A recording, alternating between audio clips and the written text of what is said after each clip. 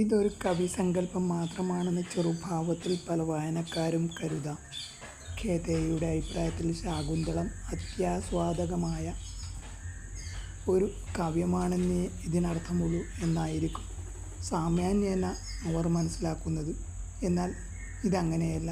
ആനന്ദം കൊണ്ടുള്ള അത്യുക്തിയില്ല. രസജ്ഞൻ്റെ അഭിപ്രായമാണ് ഖേദയുടെ ശ്ലോകത്തിലുള്ളത്. അതിലൊരു സവിശേഷതയുണ്ട്. ശാകുന്തളത്തിൽ ഒരു വലിയ പരിണതി അടങ്ങിയിരിക്കുന്നു. പൂവിൽ നിന്നും സ്വർഗത്തിലേക്കുള്ളതും മർത്യലോകത്തിൽ നിന്നും സ്വർഗത്തിലേക്കുള്ളതുമാണ് ആ പരിണാമം എന്ന് കവി സവിശേഷ ഭാവത്തിൽ പ്രതിപാദിച്ചിരിക്കുന്നു.